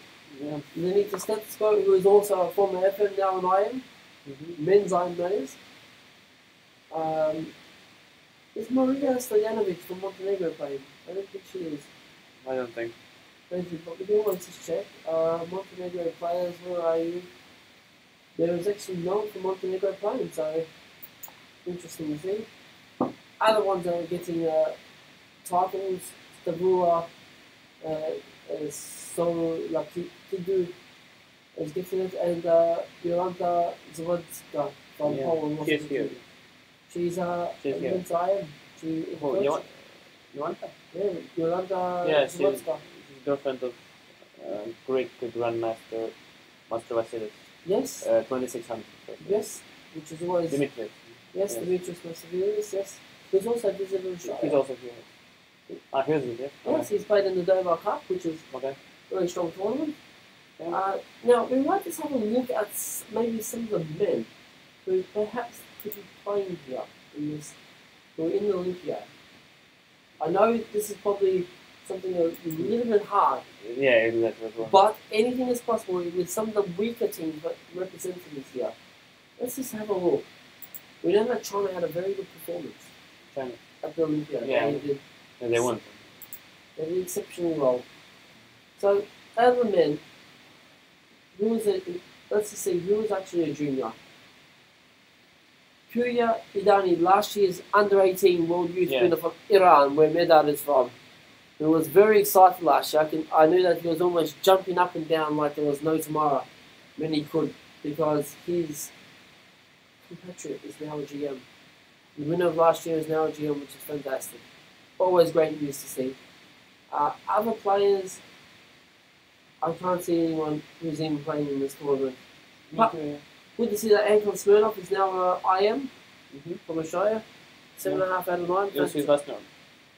He didn't even need the norm. He had the 3 norms. He just needed the rating. Okay. He actually had a really fantastic tournament, and we want to bring this up. Anton Smirnov has actually played in numerous events, and he's always hitting the boundaries and being annoying to a lot of players when he plays them, not as a distraction or anything, but in relation to just being difficult players. No games lost. Crushed. He had a draw with Daniel Duvivny, who, if I'm not mistaken, played in Bilbao. I know, I played against him in the Olympics. Yeah. Daniel Duvivny, he had a draw against David Baramidze from Germany, 24-66.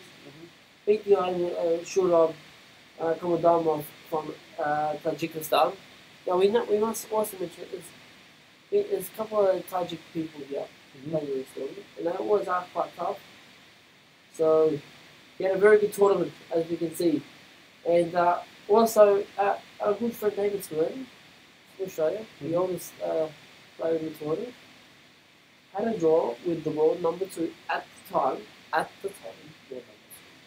Never Indian. Also a really good friend of people from Australia. He unfortunately lost to Rustam Kasimzhinov from Uzbekistan. But he got the opportunity to play against a couple of very strong players, and 2800, 2700. Exceptional. Joy Meyer, who he actually played at the Plata King Cup, which was only finished about 4 days before. Yes. Just mine. Yes. In the Plata King Cup, and he won. Yep. So, some good little players there. Now, we might just jump back to this World Youth. Yeah, let's see. Championship run. We want to have a chest on and just see what's actually happening. Yep, we want to see how our good friend from Turkey is going. Cumhurbaşkanı Ali Muradi, your good friend, and playing against the Hungarian player Kaczor. Wow, very tough. I think it's George's position. George. Yeah. That will probably end in a draw. What? We've seen Adrian Rodriguez. I think it's wrong. Yes? So it's 1-0 but black 1. I think we can comfortably say that black is 1. If it's 1-0, it can only be by time. Yeah. That's the only thing I can think of. Yeah, black is 1, yeah. So, hopefully he won. Let's actually go back to the open section of the categories. We might go to the open section and have a look to see whether Abhijit Gupta has actually surrendered and lost. Yeah, he has lost. Total domination. It was just the process of elimination. He's almost trying to be tricky. He left it at where he's trying to do all these tricks, and this is just really, whoa. He's only just trying to do all tricks, and it's just game over. Yeah, it's total domination, yeah. Like we left it here. This is Adios Amigos. He is going to be up a whole queen. Abhijit Gupta has resigned 41 minutes in 23 minutes. It would have been almost blitz. It would have been like a little blitz marathon for our Italian friend. I think Sabino. Very good game by Sabino. Yeah, Sabino's had a very good game. He's beaten the top seed. And this I think Abhijit still has chances to fight the first place if he wins all the rest. It's going to be very hard. He won numerous tournaments, including the Commonwealth Championship last year, which took place here in South Africa in Port Elizabeth. In Port Elizabeth. This guy's capable of making it back. He's capable of coming back, but can anything happen? What is actually happening in the game? Well, funny enough, we've got one board here. Okay. I would like to ask the analysis of you Alex. We're not even going to put it up on the screen because it's just not even worth it. Yeah. Could you possibly kindly tell us, D496, is it really hard to analyse? Very hard, yes. What do you give the position? I'll give bishop g5. I give a 000.1. Okay. That is the best way to do it. We're not sure why. There might have been a technical glitch. Yeah, with technology, there's always technical glitches, and not much we can actually do. But let's actually have a look at Noritskin. Nikola Noritskin against Gil Populiski. Israel versus Canada. Well, we think this could be a draw. Yeah, it looks like it could be a draw. There's probably not much really worth showing here. Yeah. So we might actually get this up and just have a little bit of talk about another rook endings. This might be actually good here. So it's the Nikolai Noritsyn versus Gil Populiski from Israel. We might have a look at this and just briefly to see what is actually happening here. Very quickly, just for our viewers at home, the game started off as in English, c4, knight f6, knight c3, g6, and e4, d6, and we've almost got a little perk that is happening. So there's nothing really special out of this. So we might just go right to the end. Yeah. We might just jump right to the end game. Alex in this position, and we'll just see. You should just play rook d2. I mean, it looks like white has to take on b6, so then black's only chance is to keep pushing his pawn to e5. White cannot really stop his pawn because the king is cut off, so let's say, and he cannot move his rook because then pawn a2. So yes. However, there is move rook a5, king b6, e5, rook a5. That's maybe white is the one you have. Yeah. Looks like white. Yeah, e4, rook e5, rook a2, rook e4, rook d2, rook e3. It's going to be hard and tricky, but I think there can be some chances. There are some chances. In rook endgame there are always chances. So this one could go down to the wire. What to say? I don't know. Flip the coin and see what happens. This is the only way. This is the only way to see. Maybe let's look our last game for the day. Let's get back to under section board number 2 against boarding against Alexeyenko. We'll briefly check that in that game. We will very quickly just have a look in the categories under 18 or under 16. Yeah, under 18. Under 18. Yeah. Open. Let's have a bit of a look and see what's actually happening. We're going to go to the under 18 section, and it's Kirill Alexeyenko. Yep. We might just quickly check here, and we're going to check on our lovely thing called chess bomb. Kirill Alexeyenko versus Alexander Botnik from Ukraine. It's a draw. It is looking very drawish. It's 0.94. It's one that's probably going to end up as a draw. Here. And black was winning. Yes, there was some win for black, but it's not so clear. Yeah. And we'll take, and probably can say this is a draw. Yeah. I think so. We will have a very quick look, without analysis, of the under 16s. I've actually a bit of the hiccups here at the moment in the commentary room. Maybe it's because of all this exciting chess that's actually happening. Aravind won. We can say that Aravind has gone to 6.5 out of 7. He has won after his display of magic openings of b3 and bishop b2 and all these. And black sacrifice didn't work out. Maybe is he getting inspiration from Morozevich? No. I think he might be getting some inspiration. Morozevich is the type of person that will play all these crazy. I think Jabala. Let's say Jabala. Has Jabala played knight c3 in a national championship? National championship. First move. Yes. Well, I mean, he can play even crazier things. That's normal move.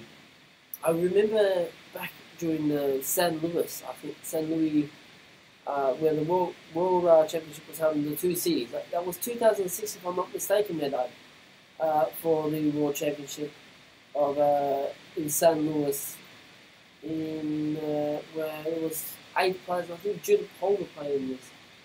Okay. As well. I can't remember exactly, but before that, there was the Super Final back in Russia, and we know that the Super Final is the strongest national championship. Yeah.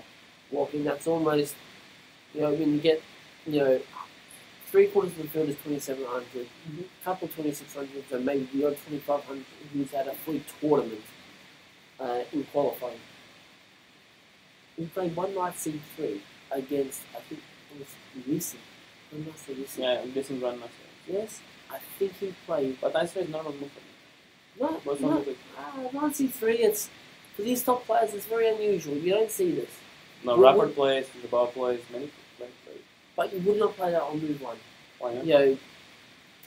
I don't know, as a 2,700 rated player, you generally stick to the main principles of E4. Well, in the D4. World Team Championship, I played against Henkin on board 1, and he played D4, I played B6.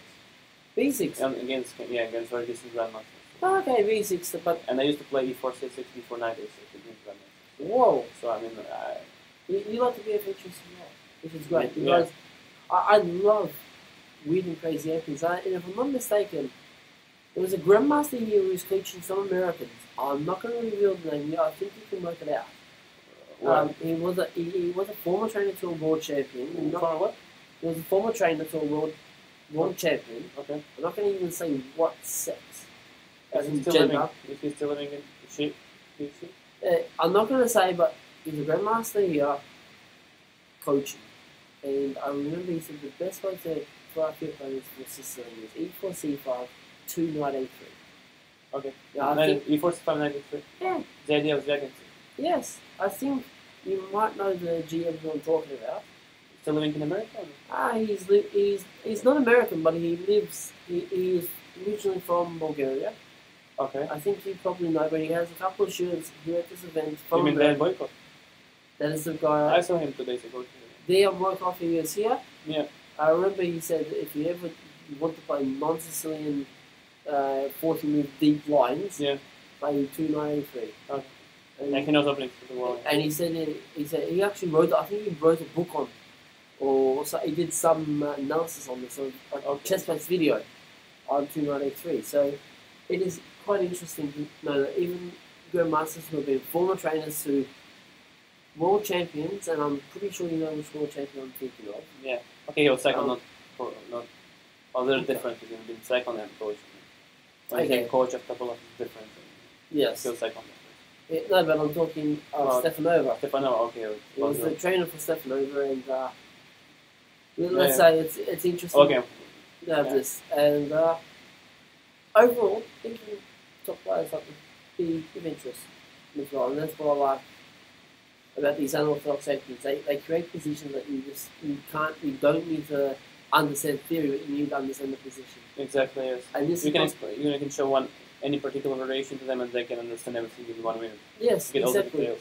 It's interesting because I tell people, I say I can charge my $30 or $40 for coaching, whatever you wish to charge, but it's not about here's a piece of paper now memorize, because I can just say I can give you like 10 pieces of paper in 10 minutes and say now memorize and thank you for my $40.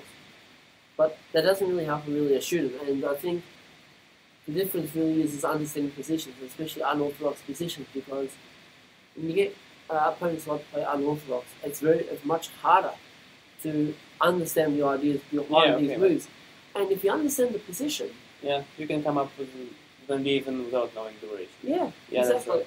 And this is probably one of the most important That's right. things to see. It is now 8 o'clock in the commentary room. I think we might almost call it a day because it's only a few more games left going, and we can see the kids almost banging their heads on the table due to We are the sleepiness. only ones who left here.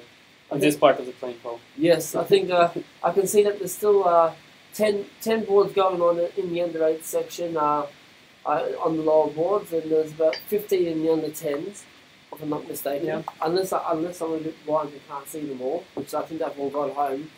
So we're going to call this a day.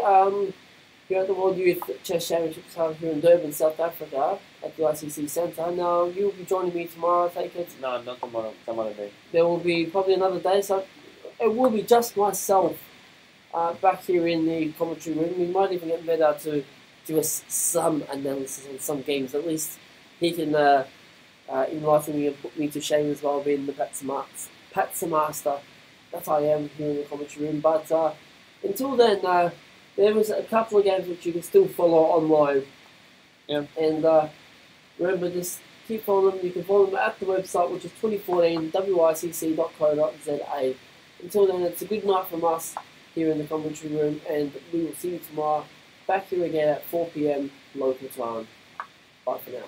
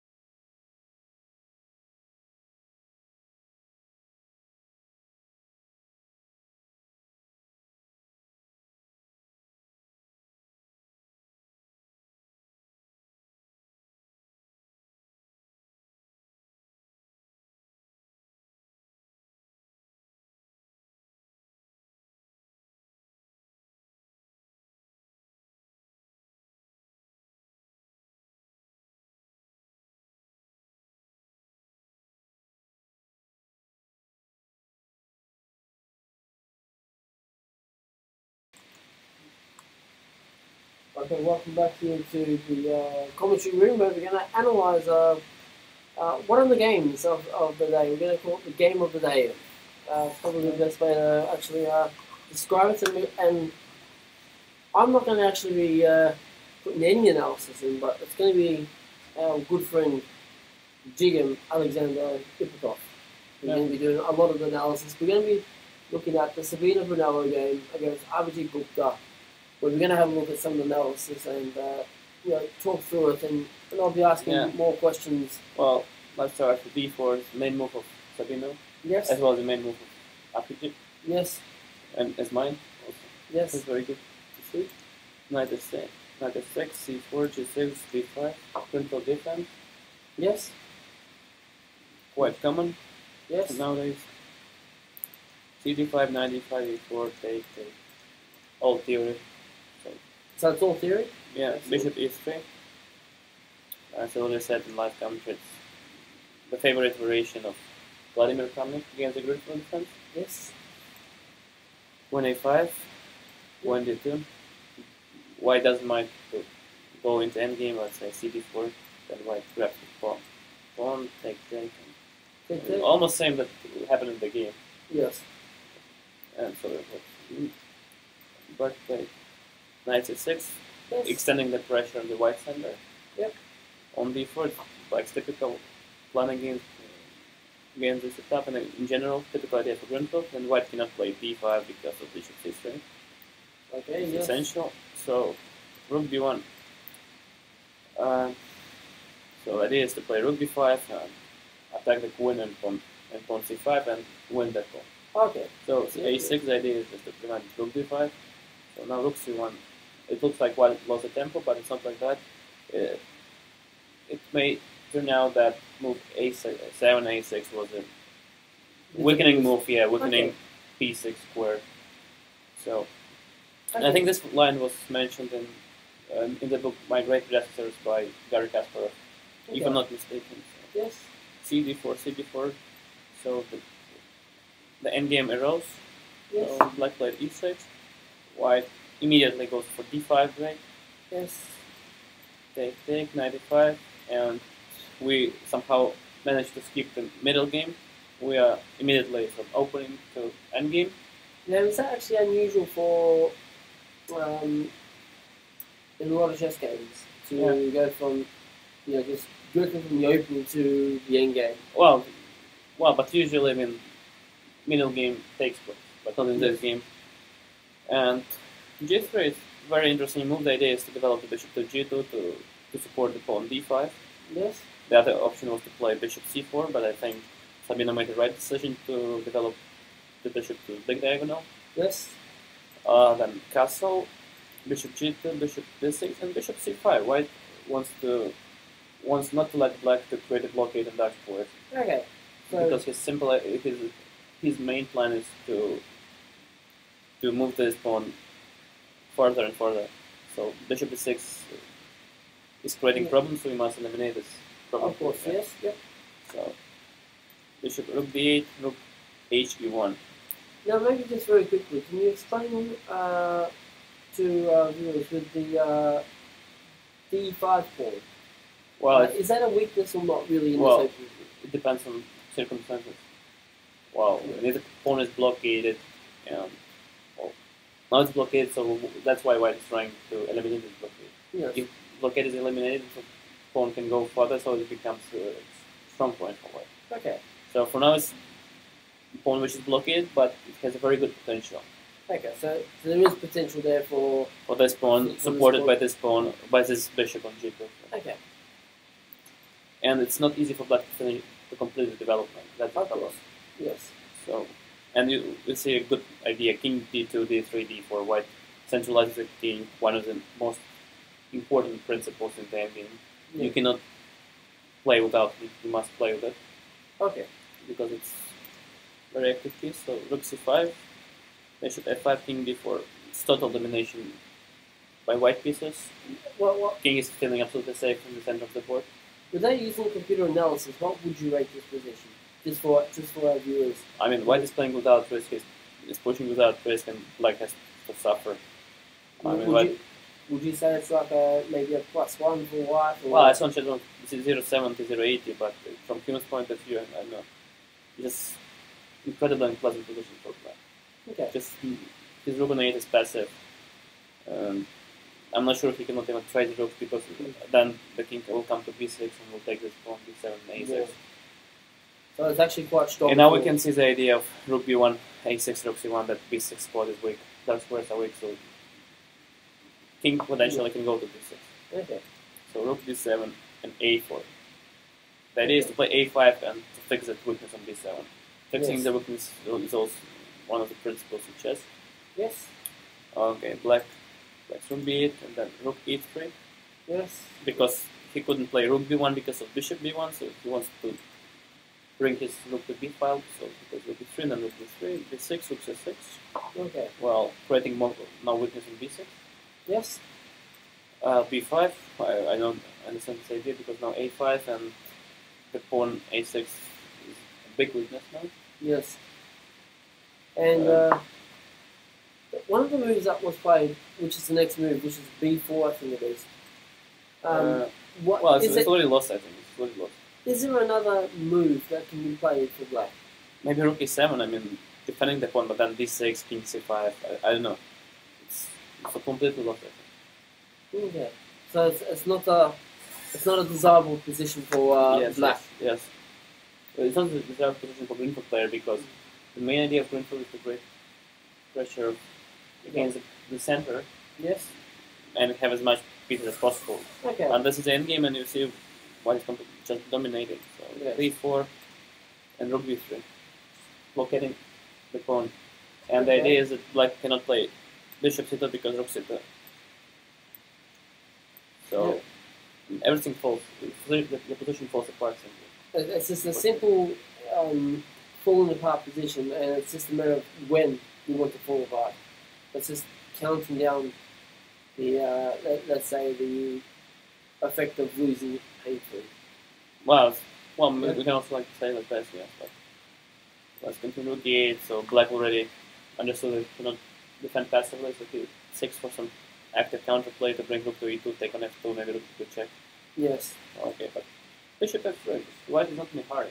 Yeah, just play normal, very good move. Normal good chess, yeah. Rook e1, and then rook d4, just collecting the material and telling thanks for bishop e6.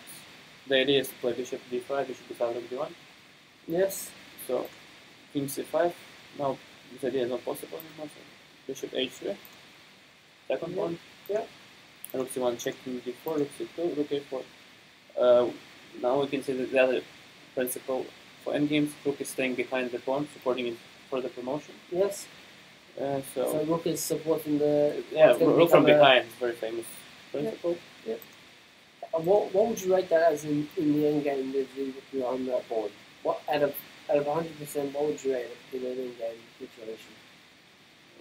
For our, let's say 12 or 1300 rated players out there, how important is it for... it depends on the position all the time. Yeah. There are no, I don't know, it's principle, but I mean, there are exclusions all the time, so exceptions. Yes. So I cannot say. Okay. So rook b2, rook d6. So now rook on d7 is stuck. You cannot go anywhere. Yep. Rook b3, checking f2. Black tries to check, but doesn't work simply. So king d1, bishop g2, take, and now rook b6, rook b8, and king b1. So white's idea is very simple, just to keep pushing a pawn, a6, a7. Yes. And black is playing just with one rook. If you manage to bring the rook to f2, let's say, then he would be able to maybe make some perpetual. Yes. Or always be like the same in the chess. That's what he's trying to do, playing rook d7 with the idea rook c2, but he just runs out of tempo. d7 and rook c2, d8, so he has to come back now, rook b7. So absolutely classic piece. Yes. Rook check, king d3, and a6. White doesn't mind to lose the pawn because it doesn't matter anymore. Yep. Take a7. Yes. So, how to play? Rook c1. Yeah. Okay. Rook c1, yeah. Okay, idea. You just play rook e. Yeah, a7. king d4, rook a8, king d5, again king centralization, king Yes. c6, f5, and rook a2. Check, D5. and trading the rooks. Yes. So the variation is take, take, oh, take, rook, take, and rook d8, and white removed the pawn. Yes. And I think it's a very good game by Sabino. yep. What do you think of the end game? What lessons could be learned out of the King centralization, rook behind the pawn. Yeah. What else? I think there's those two. Maybe there are other ones. Yeah, There's those two which come in mind first of all. So king centralization is the number one, and then the rook beyond the pawns, which is probably a very good. Yeah, and lesson. rook's activity also. Yes. Because we can see difference between rook b6 and rook d7. Yes. One rook is active, one is passive. Okay. Not good. So overall, it was it's a very good educational game right across Yes, the board.